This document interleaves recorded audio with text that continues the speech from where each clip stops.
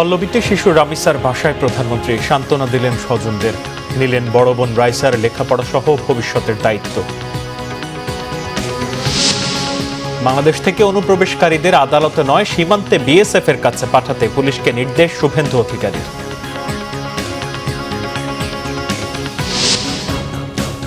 দেখছিলেন crown cement সংবাদ শিরোনাম। ধর্ষণ ও নৃশংস হত্যার শিকার শিশু রামিসার ঘটনায় দ্রুত বিচার নিশ্চিতের আশ্বাস দিয়েছেন প্রধানমন্ত্রী তারেক রহমান। রাজধানীর মিরপুরে রামিসার বাসায় পরিবারের প্রতি সমবেদনা জানিয়ে এই আশ্বাস দেন প্রধানমন্ত্রী। এ সময় তিনি রামিসার বড় বোন রাইসা আক্তারের লেখাপড়া ও ভবিষ্যৎ দায়িত্ব নেয়ার কথাও জানান। রিপোর্ট রিশান নাসরুল্লাহ। রাজধানীর মিরপুরের পল্লবীতে নৃশংসতার শিকার 7 বছর বয়সী শিশু রামিসার পরিবারকে সমবেদনা জানাতে বৃহস্পতিবার রাতে সেই বাসায় যান প্রধানমন্ত্রী তারেক রহমান। এই সময় প্রধানমন্ত্রী শোকাহত পরিবারকে সান্ত্বনা দেন, ঘটনার সুষ্ঠু তদন্ত ও দ্রুত বিচার নিশ্চিতের আশ্বাস দেন। রামিসার বাবাকে অর্থ সহায়তার পাশাপাশি তার বড় মেয়ের লেখাপড়ার দায়িত্ব নেওয়ার কথা জানান তারেক রহমান। প্রধানমন্ত্রীর দেখা পেয়ে মেয়ে হত্যার ঘটনায় বিচারের বিষয়ে আশার আলো দেখছেন রামিসার বাবা। আমি গতকালকে যে কথা বলেছি সেটা আমার আবেগের, এবং এটা বলাটাও সঠিক বাংলাদেশের প্রেক্ষাপটে। কিন্তু যখন একটা দেশের রাষ্ট্রপ্রধান উনি এসে যখন আমাকে আশ্বস্ত করেন, তখন আমি সেই আমি আশ্বস্তিত। আমি নিশ্চয়ই আমার বাচ্চার আমি সুষ্ঠু বিচার পাবো এবং খুব দ্রুত আমি বিচার পাবো।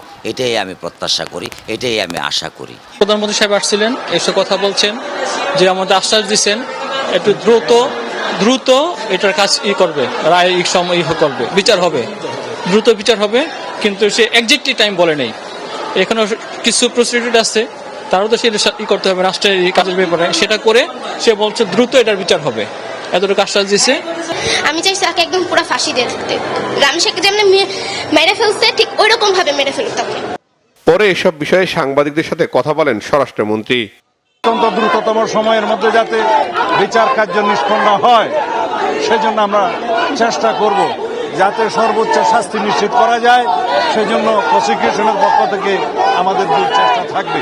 মাননীয় প্রধানমন্ত্রী আশ্বস্ত করেছেন রামিসার বড় বোন তার জীবনের সমস্ত পড়াশোনার খরচ এবং তার অন্যান্য আনুষঙ্গিক ব্যয় সবকিছু উনি বহন করবেন, এবং রামিসার মা বাবা এবং রামিসার বড় বোনের জন্য একটা আশ্রয়স্থল, তারা নিরাপদ আশ্রয়স্থল চেয়েছেন, সেটা মাননীয় প্রধানমন্ত্রীর প্রতিশ্রুতি দিয়েছেন।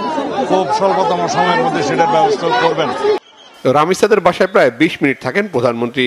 এই সময় তার নিরাপত্তা বেষ্টনীর বাইরে রামিসা হত্যার দ্রুত বিচার ও জড়িত ব্যক্তির ফাঁসির দাবি জানিয়ে স্লোগান দেন সহপাঠী ও এলাকাবাসী। রিশান নাসরুল্লাহ, বাংলা ভিশন, ঢাকা। শিশু ধর্ষণের অভিযোগকে কেন্দ্র করে রণক্ষেত্র চট্টগ্রামের বাকলী এলাকা। পুলিশের গাড়িতে আগুন দেওয়ার পাশাপাশি দফায় দফায় সংঘর্ষ বাধে উত্তেজিত জনতার সাথে। পুলিশ জানায়, ধর্ষণের ঘটনায় অভিযুক্ত ব্যক্তিকে আটক করে থানায় নিয়ে যাওয়ার সময় চরম উত্তেজনাকর পরিস্থিতি তৈরি হয়। অভিযুক্ত ব্যক্তিকে জনতার হাতে তুলে দেওয়ার দাবিতে পুলিশের গাড়ি ঘেরাও করে বিক্ষোভ করেন স্থানীয় লোকজন। এ সময় ক্ষুব্ধ লোকজন পুলিশের একটি গাড়িতে আগুন দেয়। ঘটনা জানাজানির পর বিকেল থেকে উত্তেজনা ছড়িয়ে পড়ে পুরো এলাকায়। অভিযুক্তকে বিকেল থেকে একটি ভবনে অবরুদ্ধ করে রাখে বিক্ষুব্ধ জনতা। এ সময় পুলিশ অভিযুক্তকে নিজেদের হেফাজতে নিতে চাইলে পুলিশের সাথে সংঘর্ষে জড়ায় স্থানীয়রা। এ নিয়ে গত রাত 9টা থেকে স্থানীয় লোকজনের সঙ্গে বাকুলিয়া এলাকায় আইনশৃঙ্খলা বাহিনীর দফায় দফায় সংঘর্ষ হয়। বাকুলিয়া চেয়ারম্যান ঘাটা এলাকার উত্তেজনা ছড়িয়ে পড়ে চট্টগ্রাম কক্সবাজার মহাসড়কেও। ওই সড়কে অবরোধ করে বিক্ষোভ করেন স্থানীয় লোকজন। পরিস্থিতি নিয়ন্ত্রণে আইনশৃঙ্খলা বাহিনী রাবার বুলেট, সাউন্ড গ্রেনেড ও টিয়ারশেল নিক্ষেপ করে।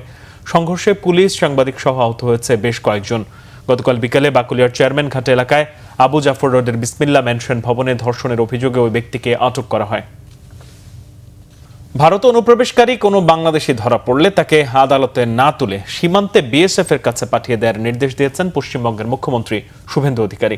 বৃহস্পতিবার হাওড়ার প্রশাসনিক বৈঠক শেষে মুখ্যমন্ত্রী শুভেন্দু স্পষ্ট করে বলেছেন, বাংলাদেশি অনুপ্রবেশকারী ধরা পড়লে আদালতে পেশ করার দরকার নেই। অনুপ্রবেশকারী ধরতে ব্যস্ততম হাওড়া রেল স্টেশন চত্বরে কড়া নজরদারির নির্দেশও দিয়েছেন তিনি।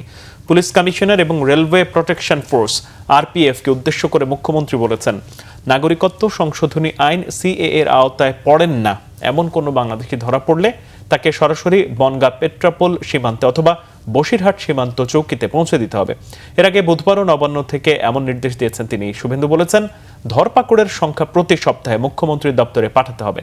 গত বছর সিএএ এর বিজ্ঞপ্তি অনুযায়ী ধর্মীয় নিপীড়নের শিকার হয়ে বা ধর্মীয় নিপীড়নের ভয় 2024 সালের 31 ডিসেম্বর পর্যন্ত বাংলাদেশ, পাকিস্তান, আফগানিস্তান থেকে ভারতে গিয়ে বসতি গড়া হিন্দু, শিখ, বৌদ্ধ, জৈন, পার্সি এবং খ্রিস্টানরা শরণার্থীর মর্যাদা পাবেন। 2025 সালের 4 এপ্রিল কার্যকর হওয়া অভিবাসন আর বিদেশি আইনের 33 ধারায় এই বিজ্ঞপ্তি জারি করা হয়।